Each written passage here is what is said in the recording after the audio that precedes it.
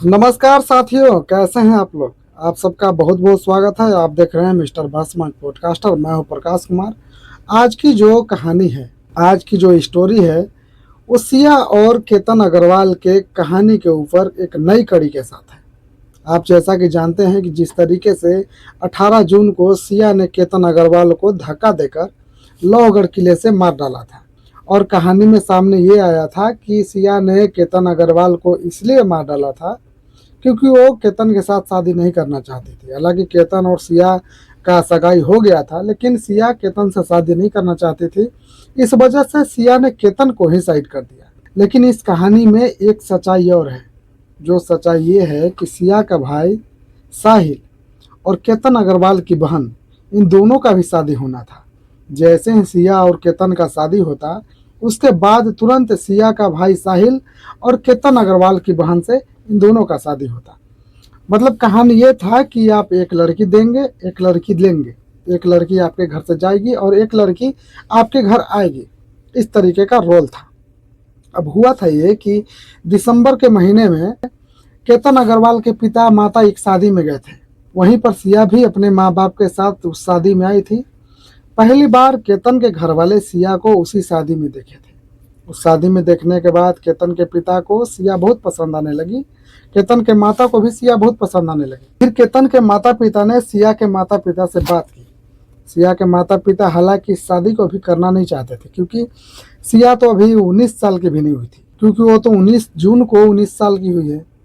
तो सिया अभी 19 साल की भी नहीं हुई थी, इसलिए सिया के माता पिता इस शादी को भी करना नहीं चाहते थे। उनका मन ये था कि सिया से बड़ा भाई है, सिया का बड़ा भाई है, उसकी शादी पहले की जाए। उन्होंने इस बात को केतन अग्रवाल के पिता के सामने रखा कि मैं ये चाहता हूँ कि मेरा जो बेटा है सिया से 2 साल बड़ा है, उसका शादी पहले हो जाए, उसके बाद सिया की शादी की जाएगी। तो केतन अग्रवाल के पिता ने कहा कि केतन अग्रवाल के मामा की बेटी है, उससे सिया के भाई की शादी कराई जाएगी। केतन अग्रवाल के पिता ने सिया के पिताजी से कहा कि आप टेंशन मत लीजिए, साहिल का शादी हम लोग करवाएंगे और बहुत अच्छे तरीके से धूमधाम से कराएंगे। इस बात पर सिया के माता पिता राजी हुए और फरवरी महीने में सिया और केतन का सगाई हो गया। लेकिन केतन से शादी करने के लिए सिया तैयार नहीं थी, लेकिन वो मना नहीं कर पा रही थी। इस वजह से कि परिवार में लोग क्या कहेंगे, आस पड़ोस के लोग क्या कहेंगे कि एक लड़की है जो खुद से शादी तोड़ दी। इस वजह से सिया मना नहीं कर पाई अपने पेरेंट्स को। मना नहीं करने की वजह से सिया के दिल में हमेशा यह बात चुभती रह गई, घुटती रह गई, और सिया हमेशा चेतन चौधरी से बात करती रह गई। और चेतन चौधरी जो था हमेशा यही कहता था कि चलो हम लोग भाग चलते हैं, लेकिन सिया भागने के लिए भी तैयार नहीं थी, और सिया केतन से शादी भी नहीं करना चाहती थी। ये दोनों बातें थी। अब बात यह है कि सिया जहां से केतन को धक्का देकर मारी है, जिस लोहगढ़ किले में केतन और सिया गए थे, उस लोहगढ़ किले में अब जैसे पहले टूरिस्ट जाते थे, तो अब वहां पर कई गुना और ज्यादा टूरिस्ट जाने लगे हैं। वो इसलिए क्योंकि अब लोहगढ़ किले को देखने की सबकी इच्छा हो गई है।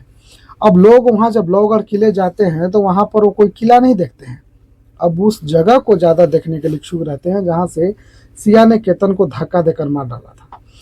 और अब वो जगह जहां से सिया ने केतन को धक्का दिया था, उस जगह का नाम हो गया है सिया पॉइंट।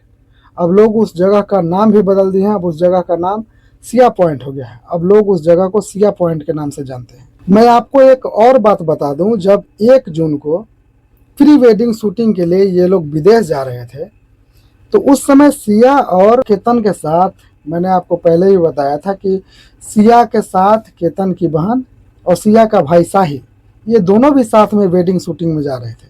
परिवार वाले इनको क्यों भेजना चाहते थे, तो बात सिर्फ यही थी कि परिवार वाले चाहते थे कि केतन और सिया के साथ साथ साहिल और केतन की बहन का भी एक दूसरे के साथ जान पहचान हो जाए, एक दूसरे को सोचने का, समझने का इन लोगों का पास टाइम भी मिल जाए।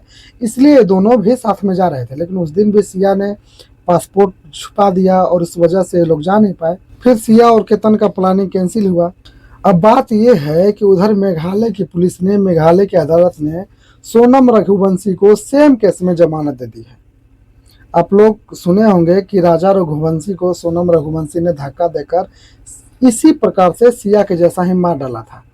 तो सोनम रघुवंशी को मेघालय के कोर्ट ने जमानत दे दिया और उच्च स्तरीय जब अदालतों में ये फैसला गया तो वहाँ भी मेघालय के कोर्ट के इस फैसले को बरकरार रखा गया। मतलब सोनम रघुवंशी अभी बाहर है, वो जमानत पर छूट गई है। सिर्फ महज 11 महीने के अंदर ही सोनम को बेल मिल गया है, जमानत मिल गया है।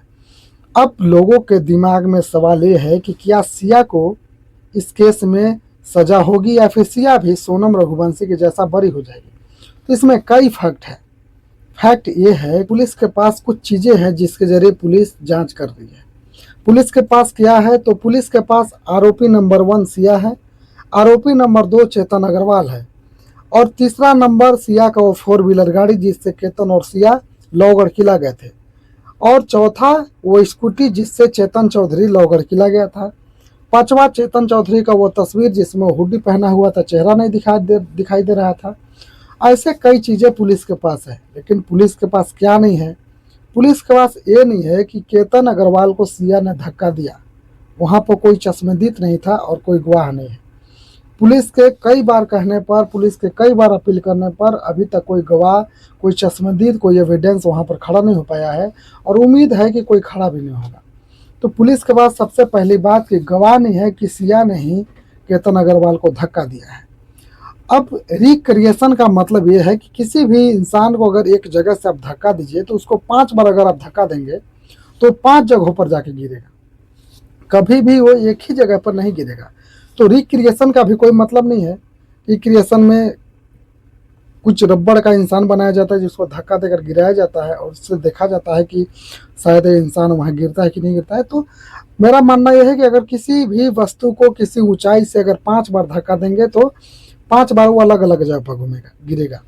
दूसरा बात यह है कि अगर कोई इंसान खुद से गिरता है तो नज़दीक गिरता है, धक्का देने के बाद थोड़ा सा दूर गिरेगा।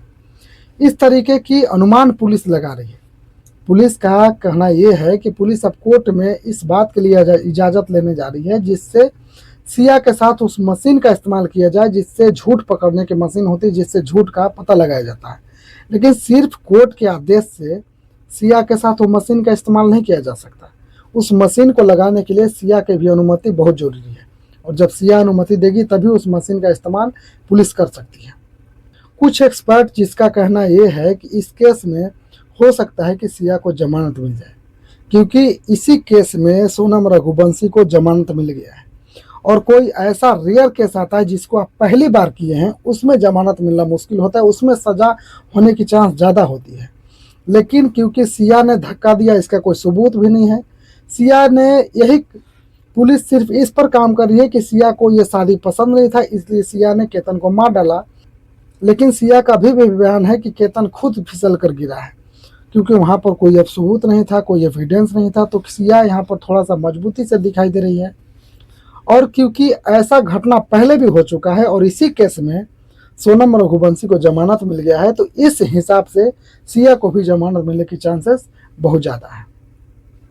तो फिलहाल आप लोग इस केस को कैसे देखना चाहते हैं, आप लोग इस केस को कैसे देख रहे हैं, अपना राय कमेंट में जरूर दीजिएगा। और एक कहानी जो हमने आपको बताई, एक जानकारी जो हमने आप तक साझा किया कि सिया का भाई साहिल का केतन का बहन से भी शादी होने वाला था, और सिया और केतन के शादी के तुरंत बाद साहिल और केतन के बहन का भी शादी होना था। आप लोग का इस बारे में क्या राय है, आप लोग कमेंट करके जरूर बताइएगा। इस कहानी को मैंने शम्स ताहिर खान से सुना है और आप लोगों के सामने लाने का काम किया है। तो आप लोग अगर अभी तक चैनल को सब्सक्राइब नहीं किए हैं तो प्लीज़ चैनल को सब्सक्राइब कर दीजिएगा, मुझे सपोर्ट कीजिएगा। धन्यवाद।